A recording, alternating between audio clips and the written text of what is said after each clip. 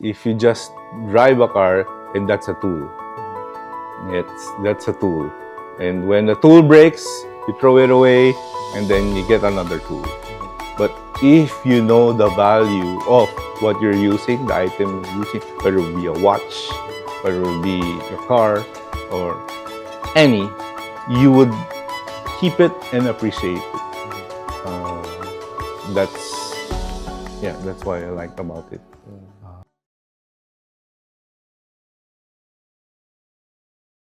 So, can you introduce yourself, just your name and what Okay. you do? Should I look at you or look at the camera? Okay. My name is Jaykee Evangelista.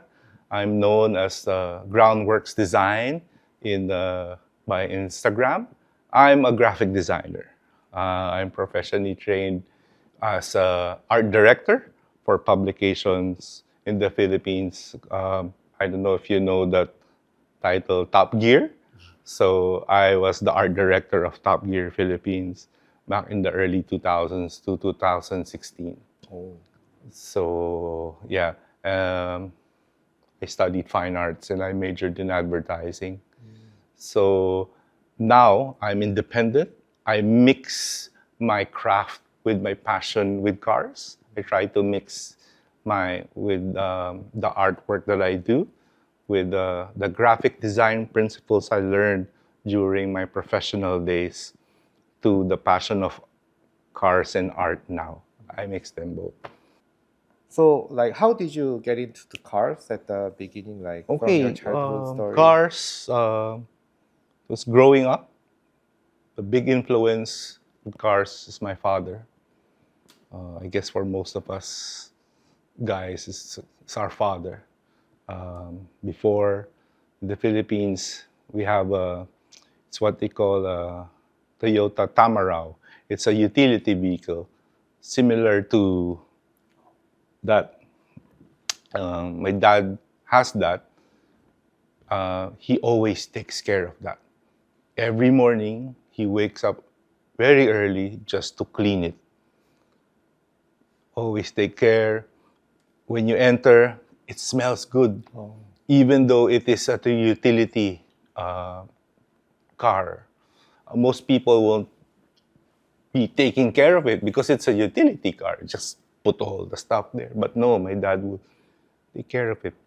And then my dad would say, if you take care of your car will take care of you. That's true. Just like the grandeur. Should I put it in mute? Yeah. Yeah. So, just like the grandeur, just like old classic 911s. If you take care of it, any car actually, take care of it, even if it is brand new, take care of it. Wherever you go, it will not run down on you. It will not give you up. You go up to the mountains, you bring it to the floods. It's okay. It will take care of you, bring you home back safely, or even get your girlfriend to say yes. That's true. That's true, right? Yeah. Bring your daughter to her first date. So cars, I learned that from my father with regards to the appreciation and love for cars, of all cars, not just sports cars and supercars, of all cars, even trucks, even motorcycles. I'm passionate about cars. I'm passionate most about good stuff, actually. Architecture, food, clothing, watches, but mostly old stuff, classic stuff. So, you told us like you like old stuff, classic stuff. So, do you collect any Yes. items? You know what? Seeing your room, if I have more space in my condominium, this would look like this. Oh, yeah. My room would look like this. I collect a lot of stuff. Now, I should say refined it a bit because I don't have space anymore. I love all cars, but Japan has a very special, let's say, feeling for me. So I collect a lot of stuff about Japanese culture. Not just cars, about train stuff, even their transportation, delivery, service stuff, anything that has to do with the Japanese culture, I collect. And also classic watches. I like digital, old, classic Casio watches. I'm wearing a Casio F91W. This is one of the iconic watches. They call this the terrorist watch. I don't know if we can say that because they use this for the bombs. So you So can it's guaranteed performance. you can probably edit it out, but now it's an iconic stats. Right. It's very cheap. It's very, very cheap, but it has that. I like classic stuff. So yes, I do collect a lot of stuff. Amazing. Yeah. So, in your early age, how did you get into the car? Did you like the car from your childhood, or just grew up with cars? The phase was really staggered. Growing up, my parents would give me Hot Wheels, Matchbox, and then, you know what, in college, in high school, you'll be a rebel. You do a lot of stuff. You'll be into rock and roll and stuff, and exploring things. But then, I don't know how and why, I was surrounded by a group of friends who are into cars. And then suddenly the passion shifted back to cars. At first in college, I was really interested in working in an advertising field, which I did. And then after several years, there was an opportunity to work with a publication company, one of the biggest publication companies in the Philippines that time. Early 2000 was the big boom of magazines, because that's beyond pre-social media. So all of the information and inspiration you will get not from TV, but you will get from magazines. Believe it or not, my first magazine was it's all about video games. So I was an art director for a video game magazine. I was being paid to play games and review games. At the same time, lay it out and put it in a magazine. Then Gran Turismo came. Gran Turismo ignited again my passion for cars. That's where we learned. Almost everyone learned about the JGTC series, the classic Calsonic GTRs, the Unisec GTRs, the Yellow Hat GTRs, the Pennzoil GTRs, the NSXs, and also by the time the Suzuki Monster Tajima Escudo, so the Pajero, the Rally, those pixelized race cars changed my life. If you remember playing the first Gran Turismo, you'd be using Mazda 2 Demio or the Suzuki Alto just to get the beginner license, and then you work your way up, and then you know about before then Porsche hasn't had a license with Gran Turismo yet, but Roof has. So you have a Yellowbird. That car, wow, it changed me a lot. But it's a hard, not crappy, but it's a hard car to drive in Gran Turismo. I guess also in real life, it's hard. And then professionally, I was doing graphic design work, design art direction work for this magazine, gaming magazine, and then opportunity came up. Top Gear went to the Philippines. They wanted to create a magazine. So my boss went to me because she know that I have an affinity for cars. she gave the opportunity to me, offered it, will you want to be an art director of Top Gear? But I know already about Top Gear that time because one of my friends is an avid Top Gear fan, follower, the show. So yeah, it was really, really a good opportunity. And it was a life-changing experience for me. Most of my professional adult career happened during my Top Gear time. You know, it's a one of the, you could call it early days of the influencer tribe, because when you're part of Top Gear, when you, like for example, where if I go to, I was able to travel a lot by just being part of Top Gear. When we go to immigration, the immigration officer would ask you, "Oh, what are you going to do in this country?" I'm going to drive a car. What car? Well, I'm going to drive for example, a new Lexus. They would ask me, why? Because I'm with Top Gear. Oh, okay. So you have that. You have that. Right. But I was really, really proud of it. It exposed me to the whole, not just cars, but to the whole culture, the whole industry, because it's a huge industry. And I met with the presidents of different car companies, the people, the movers and shakers in the industry, both locally and abroad. And I was really grateful. I'm really grateful to be part of that.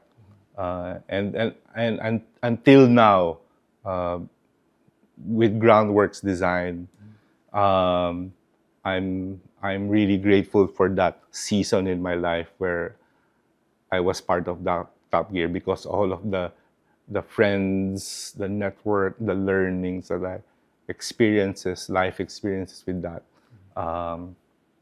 had led me to this point. That led me to meeting you guys. Right. One, I just share a story with you. One memorable shoot I did with Top Gear when they released a Santa Fe. I think that was the second generation Santa Fe. This was more of the aggressive type. So I want, as an art director, your role is to conceptualize how it's gonna look, the magazine, the cover, the feature, and everything. You look for a location, you look for the photographer, and you fix everything, the logistic about it. So I have this crazy idea to bring the all new, not yet launched Hyundai Santa Fe in the sand dunes, somewhere in the northern part of the Philippines. I was really surprised Hyundai allowed me to do that. Because we were really playing the new Santa Fe, the sand. It was not really built for sand, but the photos, the photographer really captured it. We have backups of Land Cruisers, by the way, just in case. But it was really a memorable experience. So Hyundai has a kind of hook in my heart because of that experience. Learnings from that, yeah. I still carry that experience until now. So it was really colorful, and I get to drive a lot of different cars. As you know, in Groundworks Design, I do a lot of art related to Porsches, especially classic Porsches. And one of the life-changing experience, I have a lot of life-changing experiences, as you can see. One of the life-changing experiences I was able to do is Top Gear sent me to a Porsche driving experience, where they let you drive all, as in all, from the basic 911 to the GT2, GT3, and the Cayennes and the Panameras. They let you drive that and let you train you how to drive it, to the wet, to gravel, to uphill, to the dirt, and that. And then by the end of the training sessions, we just give you keys. So choose what car do you like to drive, and you can have it the whole day. So after that training, oh, wow, it was like a Life-changing experience. yes, it's like a drug. Right. Well, I don't do drugs, but Porsche virus. yeah, Right. Porsche virus. yeah. It was really, really, really amazing. But those were modern Porsches. I was interested more of the brand and the history, and then I met through Top Gear and through Groundwork Design. I met a lot of people that are avid Porsche collectors, especially locally in the country. There are a lot, actually, hidden somewhere in some secret garages. I'm sure if you watch Larry Chen's recent visit to the Philippines, he'd show some of the rarest Porsches hidden somewhere. Yeah, so I met some of them. It was really great. I don't own a Porsche, but when we sit down and talk about it, it's really, there. Cars basically is my life. Not just cars, particularly the whole industry of the automotive industry, and I love it.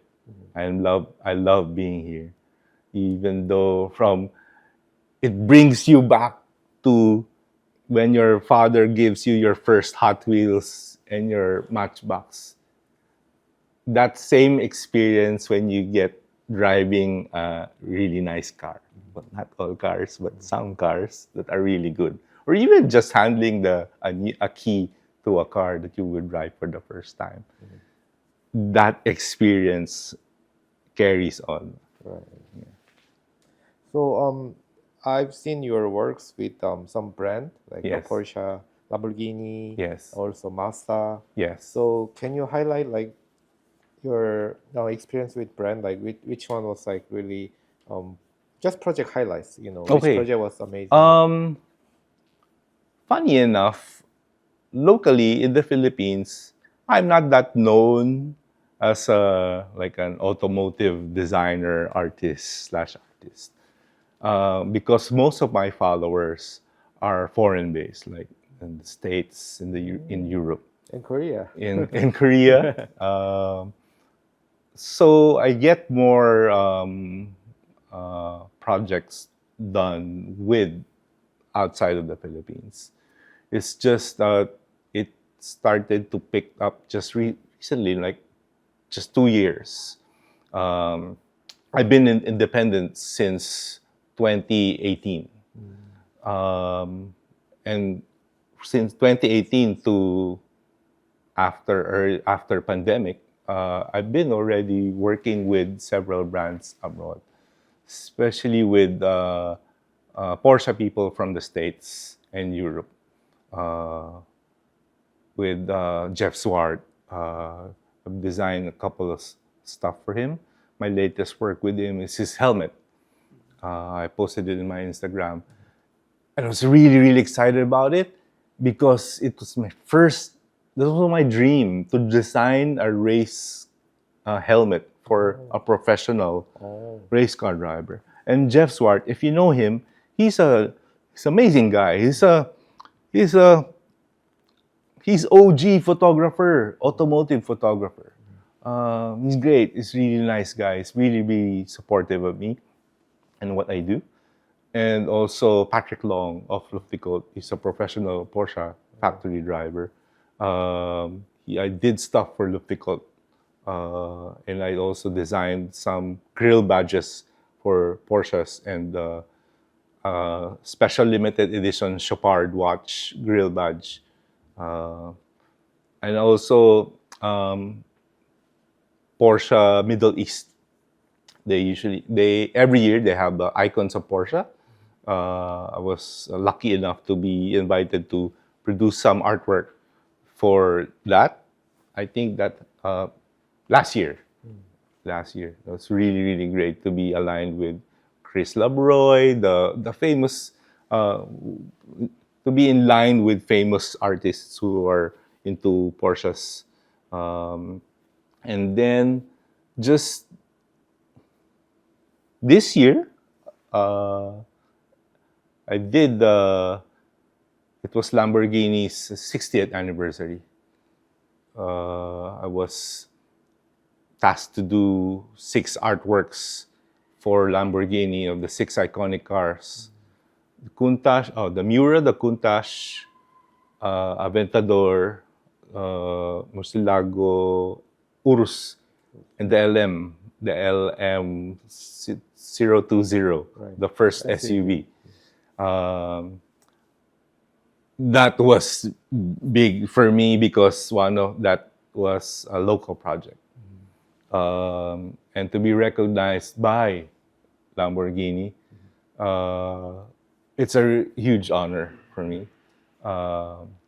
And because, as you know, it will pass through all the processes, not just for the local approvals, but also for the grand mothership, Emperor Lamborghini, wherever they are in Italy, they approved it. So it's a really, really huge boost for me. I'm really proud of that. And my most recent work is with Mazda. I'm good friends with the president of Mazda Philippines, Mr. Steven Tan. A few years ago, I already mentioned to him that I want to design a Mazda race car livery. Because one of the longest race series in the Philippines is a Mazda Miata Cup. There's 2 races exclusive to car club members, and exclusive to non-car club members. But it has to be a Miata, whether it be ND or NA. So early this year, January, Mazda Philippines went to Tokyo Auto Salon. And the Mazda Japan just launched a race spec, a new race spec. So the president of Mazda Philippines remembered my inception. I told them that I wanted to design a livery for the car. So he called me up when he saw the new race spec and asked me to design a livery. It was hard, actually. If you see the design, some people would say it's too simple, something like that. But designing for such an iconic car, a Mazda Miata, it's so hard. People don't realize it, but as a creative, as a designer, it tears you up. Because you don't wanna do bad on a legend, right? You wanna make it right. So I did my research. My inspiration was from the history of Mazda, from IMSA, from Super Taikyu in Japan, all the liveries. But in tradition, in history, Mazda has a very simple livery design. They're not really aggressive, they're not really stroking. It's just geometric, bold shapes and colors. So we did that. So the car is limited to 23 units only. What interesting about it is that the buyers are starting to message me. Random people starting to message me in Facebook and Instagram who I don't know, but gladly they introduce themselves. Oh, I just bought the limited edition. Can you please sign it for me? Oh. So I think Mazda will have an event just for me to sign. So it's a really, really, really big boost for me. Imagine you're just sharing your passion. Most of the posts that I do in Instagram, no one asks me to do it because it's just an idea. So, like from your work, there are many variation in styles and forms. You are Yes. not just I mean, you study graphic design, then you work Yes. as an art director and then publication, but and also advertisement. But I think it's not easy for one designer to do the helmet design and the badge design Yeah. and graphic design and poster, playing cards, all different kinds of like applications. Yeah. So what is your like creative process? Yeah. Is it like deep or depends on the material or the application, or like how do you work? Do you still I'm use crazy. pencil, digital? Like we are really interested in like the creative process. My creative process, okay, if you go to my Instagram, please do. It's Groundworks Design in Instagram. You'd see columns. You'd see a white column where there's just hand-drawn and limited colors. I did that to exercise my hands on using pen, whether it be a digital pen or actual physical pen or pencil, or writing on paper, because I don't want to lose that craft, that side. Studying fine arts, you were trained to use pens, pencils. You were trained to use hands. And then it became digitally, you were trained to use mouse. And now digital pens again. So I did that. So that column, that's one way of making my life hard, but because I love it, so I don't want to lose that craft. And since I guess I'm passionate about the arts, I want to mix it up a bit. So I create badges, whenever all ideas that I can think of with regard to the stuff that I do, but I want to keep it very minimal. If you notice with my art, there's not a lot of details. It was hard finding the right flavor for my art, especially the colors that I use. I want to keep it sort of nostalgic in a way, because of my age. So that's because that's the era where I grew up. So yeah, my creative process usually starts with just having random scribbles on my iPad or everywhere I go. I always bring. Can I show you my bag? Sure. I always bring, but I don't have sketch here. I also bring notebook. In it, a lot of sketches, notes. So if I have an idea, I write it down. I don't put it on my phone. I write it down and have pens. So I'm ready like that. If I have an idea, I write it down and I'll put a date on it. And somewhere along the way, I would find time to actually render it in the computer. It usually starts like that, my creative process. And then, if I have, for example, this, I would scour the net. I would go to shops that are selling playing cards. One of the famous brands I think, is Bicycle. So I go to those shops and look at different designs. What are the artists doing with regards to, especially the back part. This part was hard. It was really hard, actually. If you remember, Jinzo, our studies were really, there were a lot, right? Right. But finally, and also this, how are you going to present this? You want to be cartoony or not? Or you want to be serious? So, yeah, I really do research when I start a project, or something like this. And for the stickers, I just love creating badges. I just love creating stuff where I can put anywhere, like my car, because I can find them. I can find good design stickers, so I'll make them. So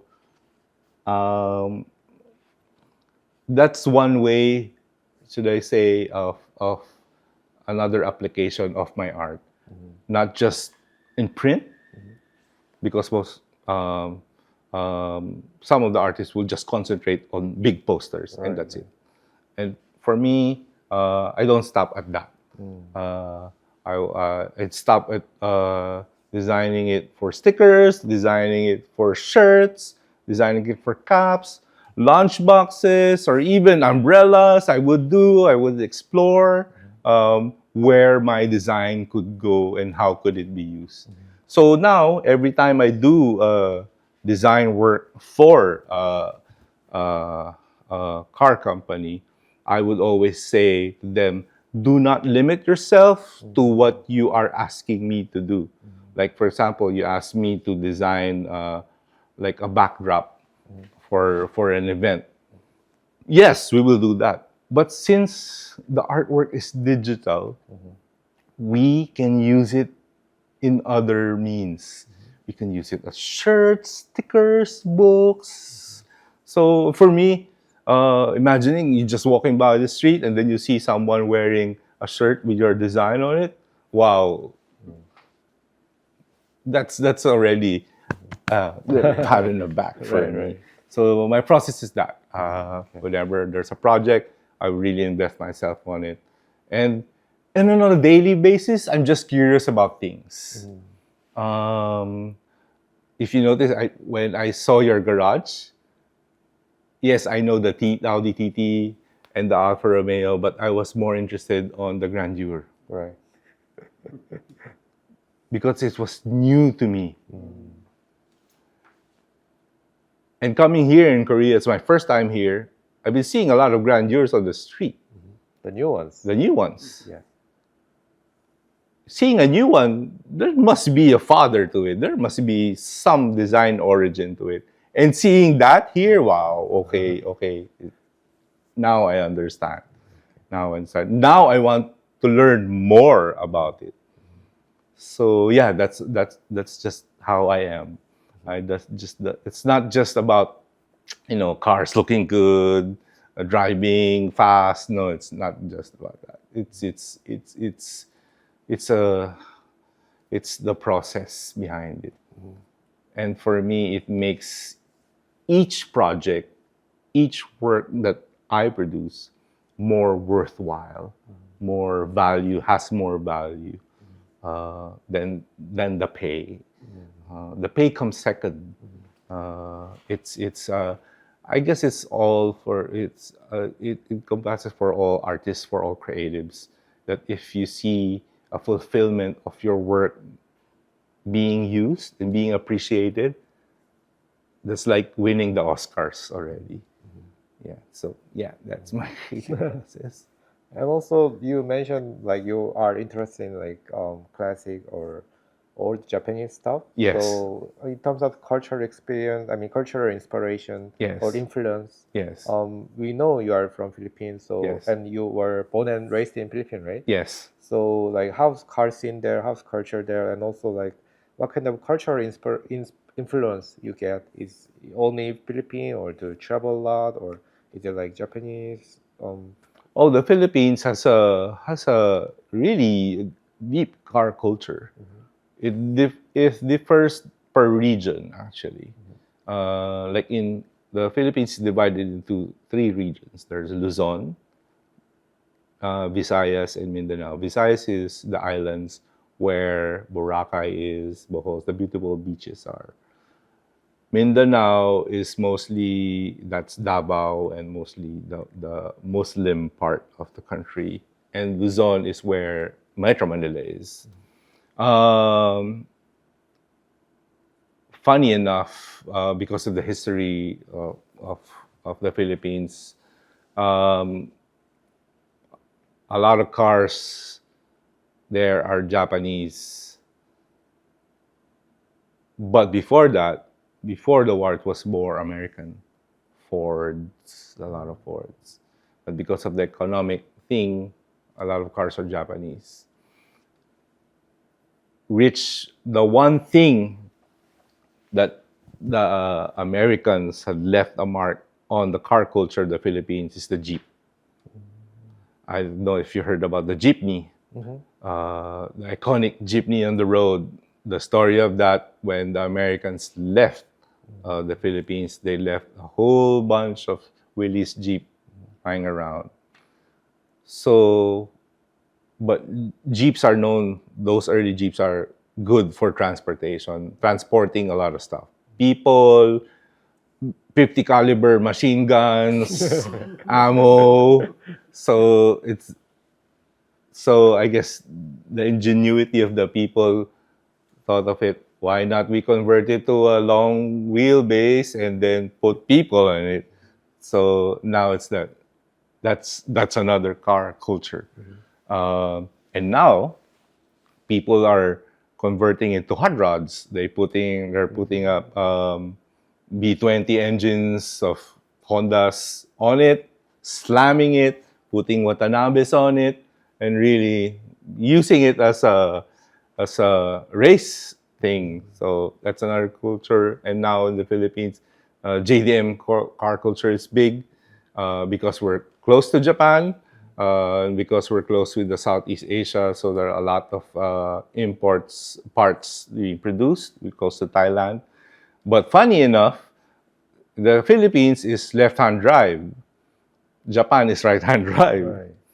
So, again, the ingenuity of the people, if you really like something, you will find a way to make it work. So we convert To the right-hand to drive? the right, from right-hand drive to left-hand to drive. right-hand drive? For example, if you import like a GTR, you'll get a part from the States and then convert it, because it's much more expensive to actually buy from the States the actual car and bring it to the Philippines. So why not just get a part?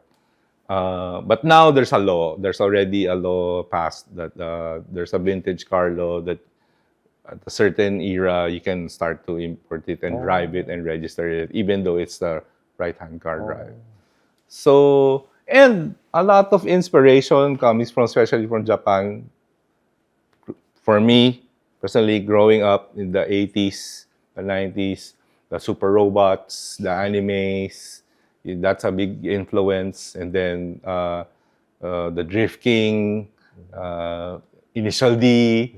So you'd still see most of that here. But now a lot of mix and matches of cars. What's good about it in the Philippines, what I like, no matter what your car is, people will dress it up. Even though it's a utility car, you seeing it slammed and lowered with a really nice rim. Even though it's stock, you will see nice paint, clean interior, car smells good. When you shut the door, it produces that thug sound. So regardless of any car in the Philippines, they have that, because in the Philippines cars are expensive. So in the era of our fathers, my father, having a car was a luxury. So you really take care of it. You really take care of it and make it last until your grandson can drive it. And that will be the first car of your grandson. You will not buy a brand new car for your grandson. You will use your grandfather's car. So it's like passing of the torch, the longevity, the lineage of it. So each generation will have a deep appreciation for older cars. Is it common to inherit the car to the son and grandson? Yes. Yeah. Yes. You pass it as long as, well, it depends. Not all, but it depends. Most of my friends, they do that.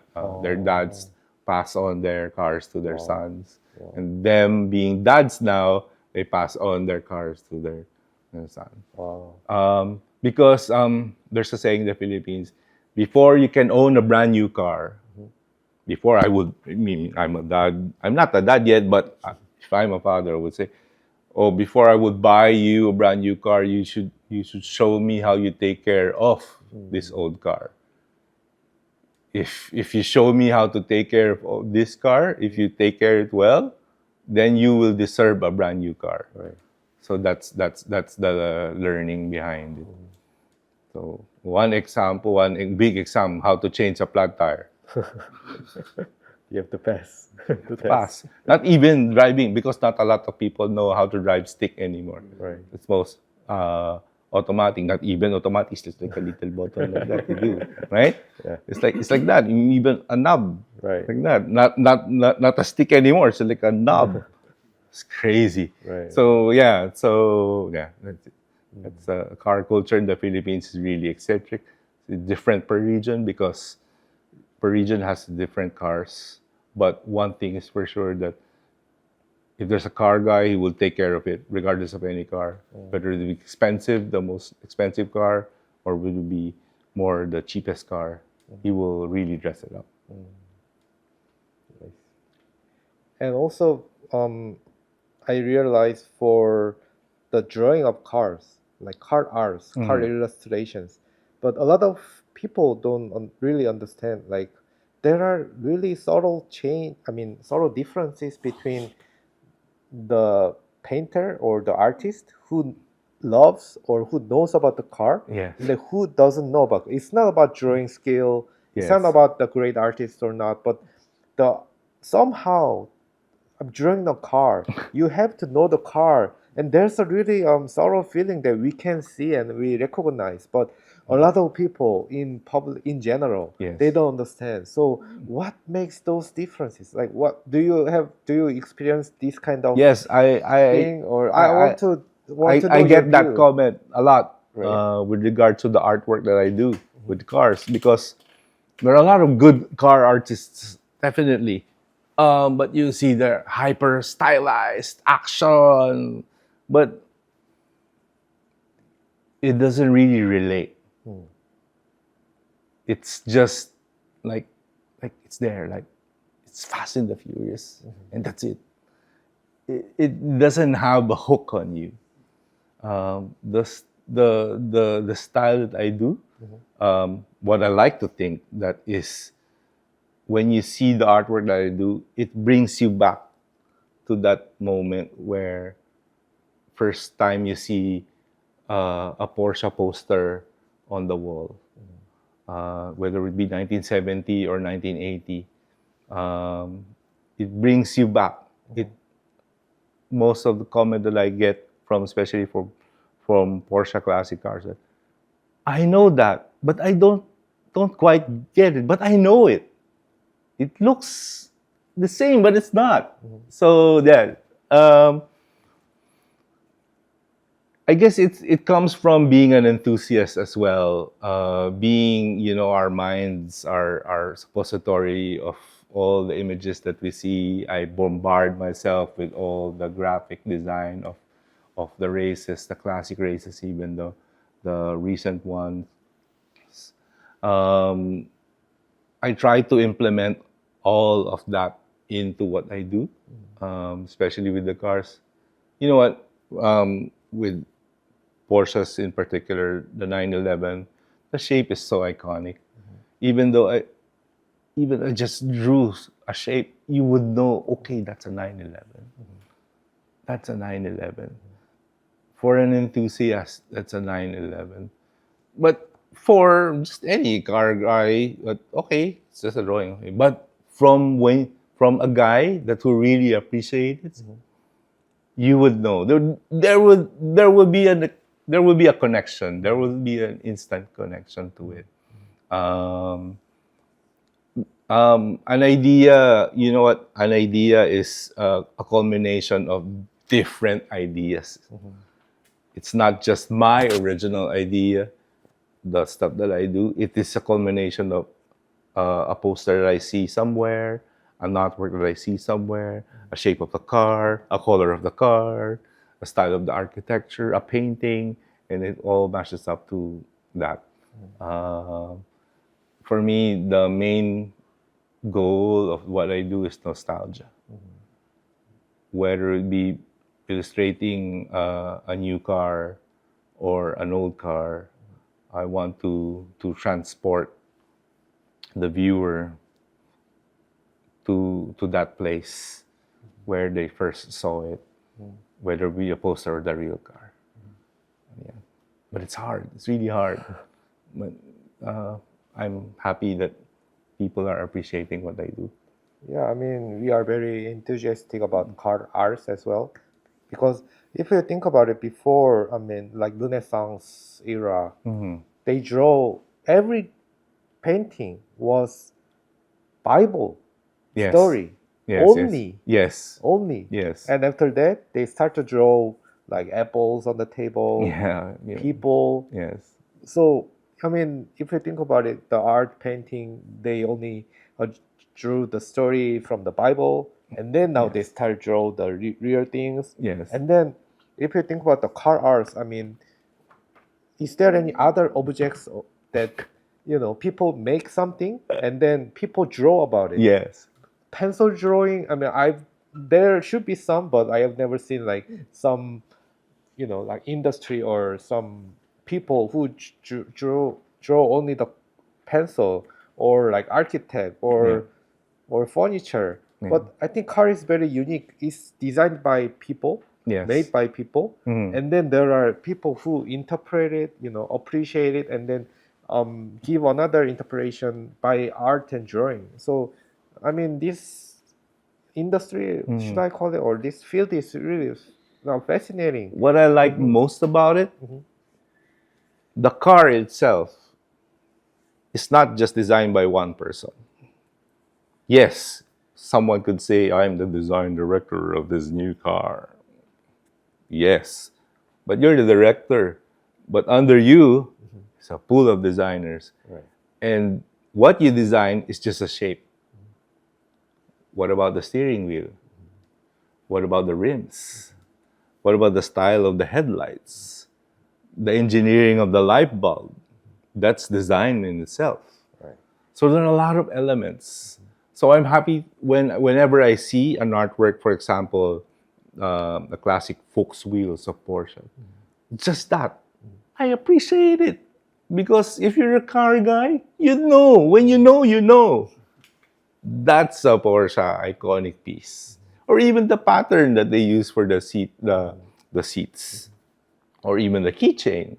Or for JDM cars, like the classic Watanabes, the classic rims that they use. People started collecting them now. Or even people started to switch the stock Hot Wheels and mod already. So yeah, there's a lot of factors when it comes to designing and appreciating cars. It's not just one whole chunk of metal. There's a lot of process involved, and that's what I like about it as well. And I'm really happy also that a lot of people are appreciating that side. It's not just one thing. There's a lot of components in it. Yeah. Yeah, that's an interesting point. Yes. Yeah. And so you drive Honda? Yes, CR-V I now? drive a RD1, Okay. first generation Honda CR-V. Story. For the longest time, I don't have a car. Because during 2010, there was a huge flood in Metro Manila. I lost my car during that flood. And from 2010 until 2022, I don't have a car. Because I was working also with Top Gear, so almost every week I would have a new car. So why would you need a personal car if someone gives you to lets you to drive a car? So now, finally decided to have a car. Can't afford a brand new car yet. And even if I can afford a brand new car, what brand new car would I buy? And then there was an offer for me to get this generation, first generation CRV. I was torn between a RAV4 and a CRV. Actually, 3 options. A Pajero Fieldmaster, a RAV4, first generation, or a CRV. So I did my research. Pajero, it's a nice car. Rally history, but it's so hard to maintain. And it drives like a truck. If you've driven a Pajero, the seats would have spring. It will drive like that. So it makes noise. Okay, scrap that Pajero. So I have RAV4 and the RD1, the CRV, Gen 1. Search on the communities. Search on the availability of parts. Surprisingly enough, it's so hard to find parts for RAV4. Especially in Japan. Because it was pushed more in the States. And North America, Canada, that side. So just very few in Japan. The car club of the CRV first gen was big is big in Manila. There are a lot of imports coming in from Japan. So there were a lot of parts. And the engine, the B20 engine, is good. It's really good. A lot of Honda Civic owners switch their engine to buy the B20 just to swap it out.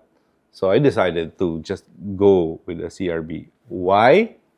Because I wanted to have a car that has provenance, meaning that has history. I don't just have I guess that's the car guy in me. I don't just want a car that I could just drive. Okay, then that's it. I want to have a car that I could have a story with. If I go to a car meet and they will see my car, oh, that's a first generation CRV, even though they're driving Porsches. I used to have that when I was a kid. Yes, I know, diba? Yeah.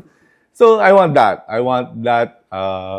And the car that I got is really well maintained. Nice interior, good engine.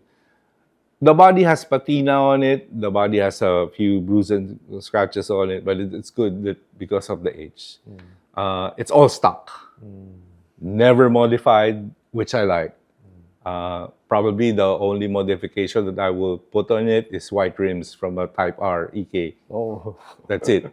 If I could find one, if I could find the set, the exact size, the 5 and 114s. So yeah, I decided to go with the CRV, and I love it. Have you ever driven a first gen CRV? The shift knob, the shift thing, automatic is here. The steering. It's so 90s. It's like a Coleman icebox. It's built that way. A lot of compartments. It's built up. It gets wet inside. It's okay. It has a folding table at the rear end, so you can have a picnic wherever you go. I love it. I love that car. I'm happy I bought that. It was a long process, a decision process for me, but I'm really happy with my decision. yeah. Today on my way to the office, I saw the first gen CRV right in front of me, and that reminds me of you, right? And then the thing I realized was that it was still very civilized SUV that time. Yes. But at that time, it has the spare wheel on the tailgate. Yes. And then the boxy design and everything. Yes. It's interesting to see. It's one of the most civilized SUV that time. Yes. But at the same time, they had that spare wheel hanging on the tailgate. It's very you can see the mixture of style, and also you cannot imagine any small SUV with the spare wheel on the tailgate these days, right? Yes, these days they have the donut tires. Yeah. And you know what? Having a spare tire, full-size tire at the rear, is a safety feature. If you get it slammed at the back, that acts as a cushion for you, extra cushion for you. I love driving that car. It's all-wheel drive. you'd feel the transmission, the all-wheel drive will kick in when it suddenly feels that it's wet or. It's a slow car. I can admit it's a slow car, but it's fun to drive. Oh, sure. I'm not. I appreciate fast cars, but where I'm now, I'm contented with what I have, and the driving position is nice. The visibility is good, and all the components it's nice. 90s cars are on another level. And also Honda that time, they have this sportiness in all lineup Yes. in their cars. Yes. Imagine that generation launches the NSX, the S2000s, the Type Rs. So imagine that is the starting point for what we have now. So I appreciate that. So I hope sometime in the future the next project would be an NA. Miata. That would be a good two-car solution, right? Yeah. Perfect combination. A roadster but it's starting to get hard to find parts because of the generation. They're not already producing parts from it for it. That's why I don't want to modify it as well, because when you start to modify a car, all of the ailments of the car will start to appear. So I don't want to touch the mechanicals and just keep it stuck, running smooth. Proper change oil, always clean, always smell good. Yeah, and that's it. Among Korean cars, are you interested in Korean cars or favorite Korean cars? You know what? I mentioned before early, Hyundai is a special part in what I do, what I love with cars, because it has given me an opportunity to appreciate new cars, especially from this side of the world, from Korea. That was my introduction to Korea, Hyundai. Before Korea, yeah, kimchi, even before K-pop was not that famous, yeah. right? So I know Taekwondo, okay, that's it. But other than that, you don't have any idea what's in Korea. And then Hyundai came, the car brand.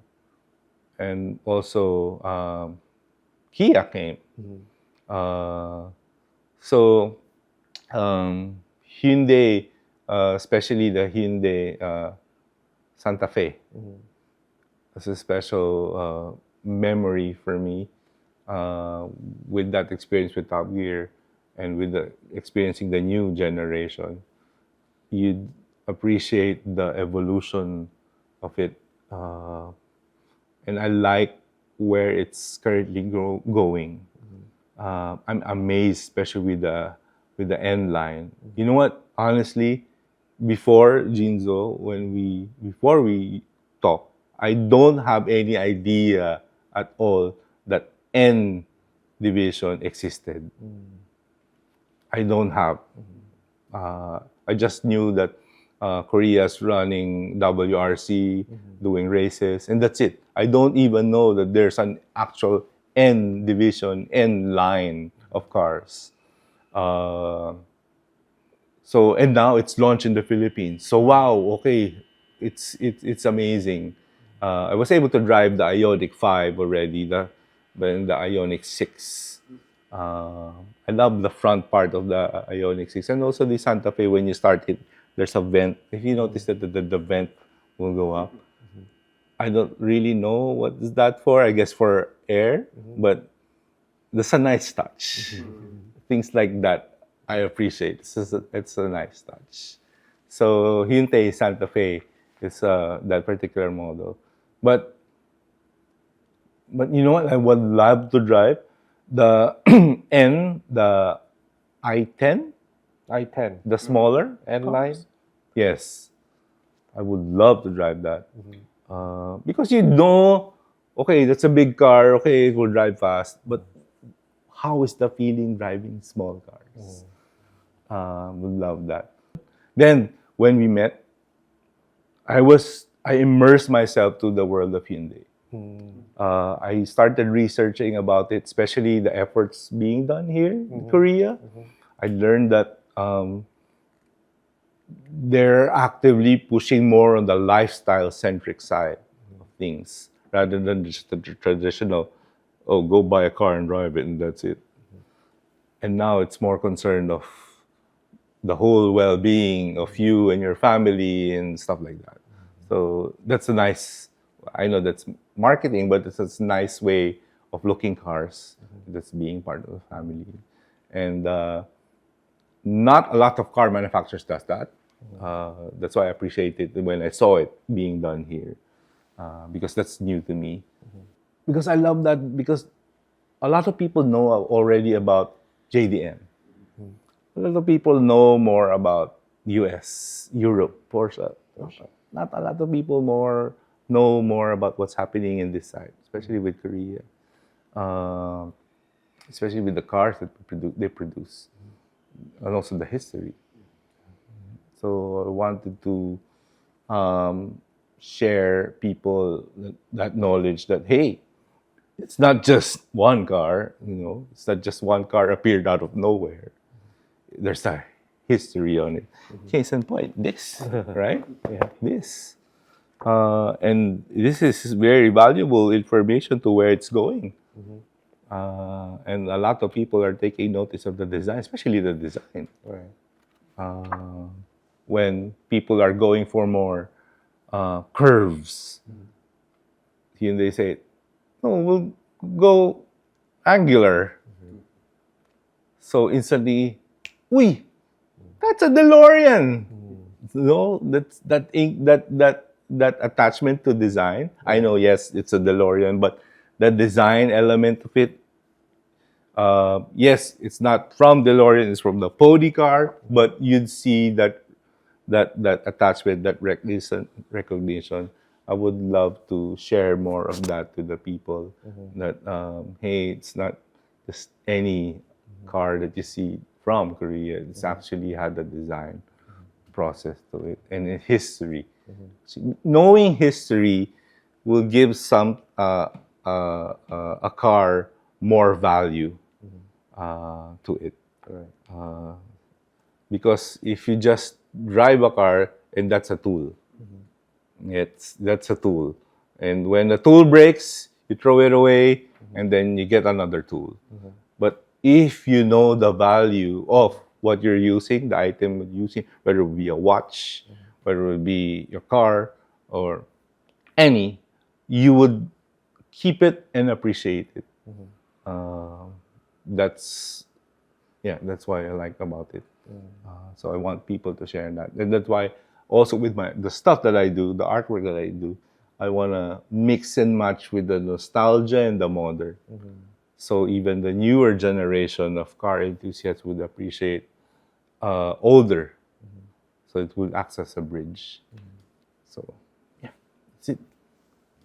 So the Instagram really impacted your career a lot, right? The Instagram having Yes. going you like to abroad, Yes, work yes. With a global partner. Yes.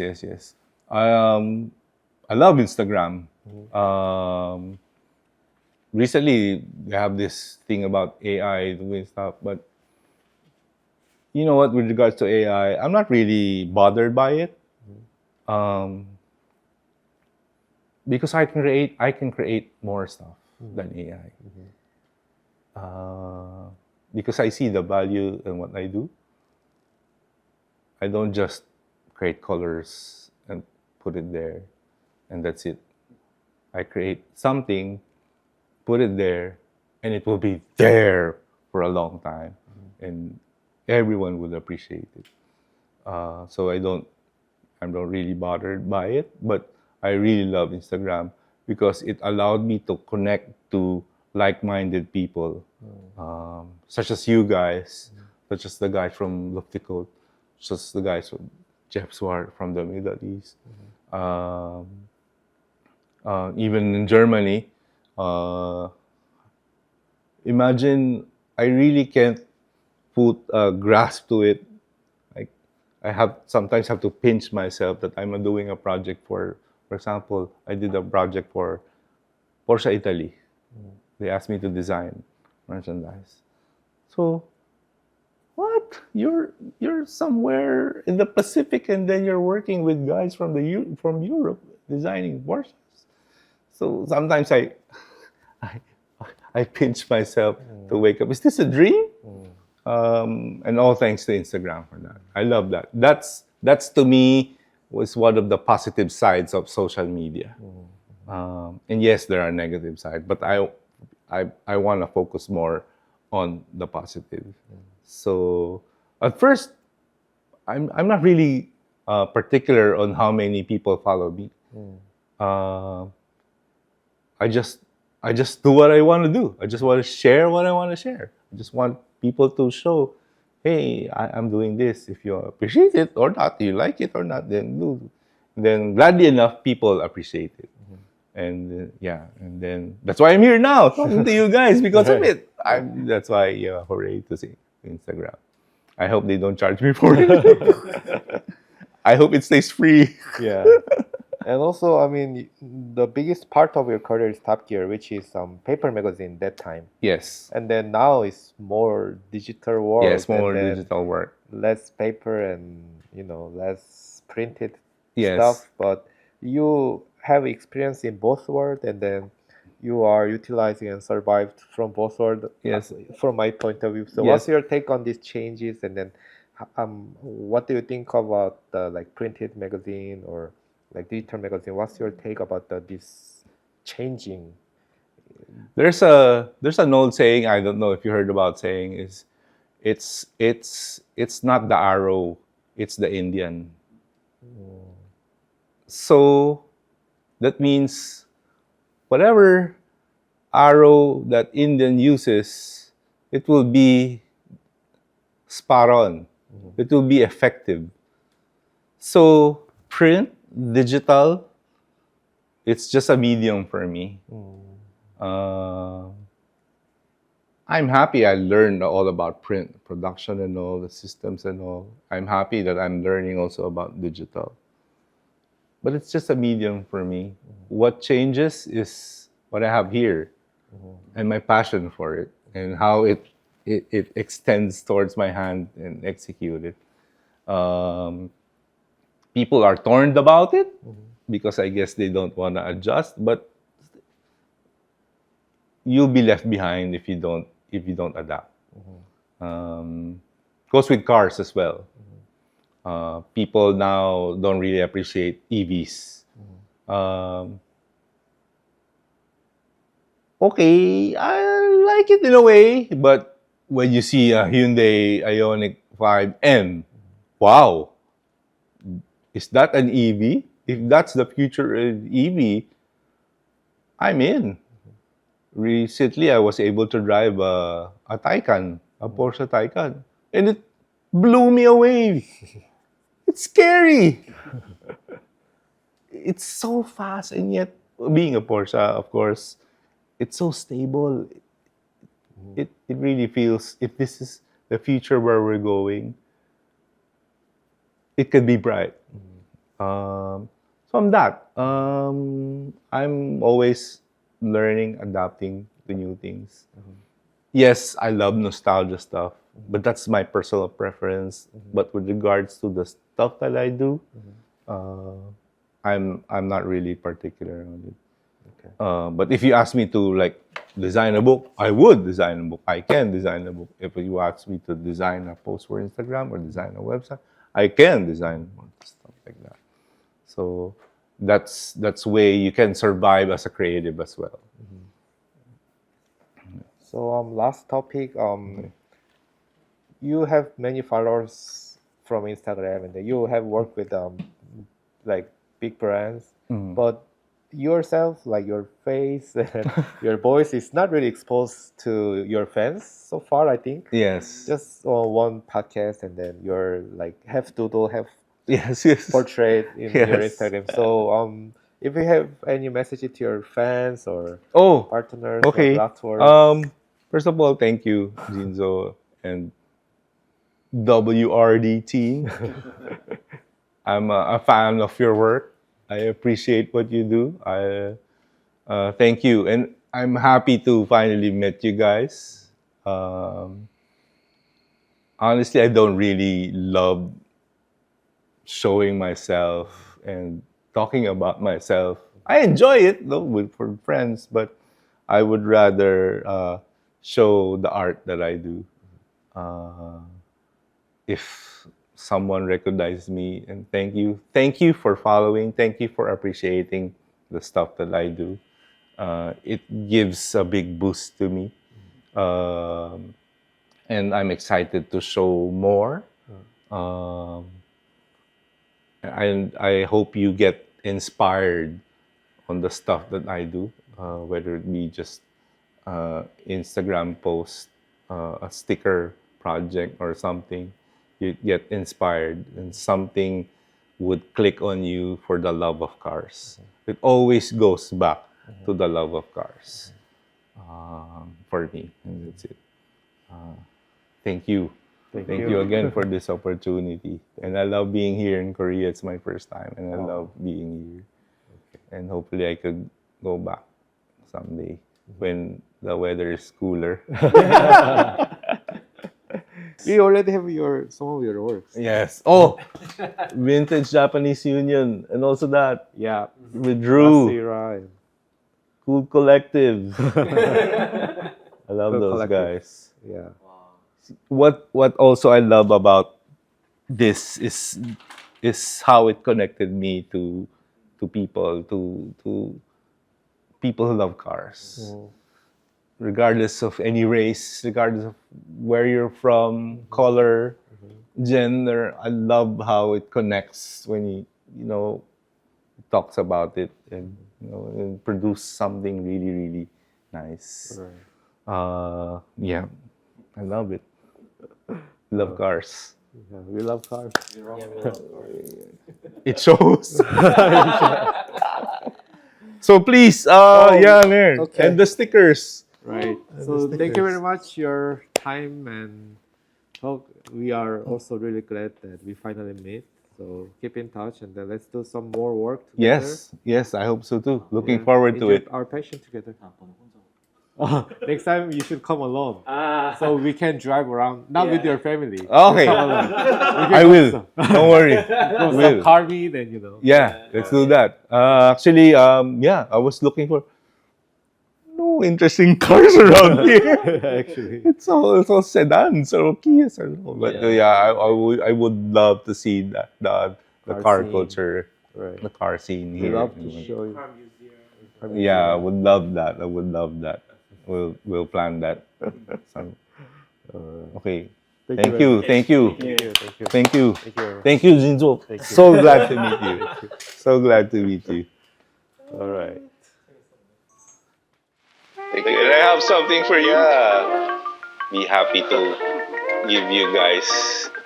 It's a 911 RS. Oh, nice. RS. My dream car. Cars here. Oh, that one. Yeah. Exactly. Wow. That one. Okay. The different colors. Wow. The DuckTales. Wow. Very rich. Wow. Oh. It's a Dakar. A car. 94. Oh.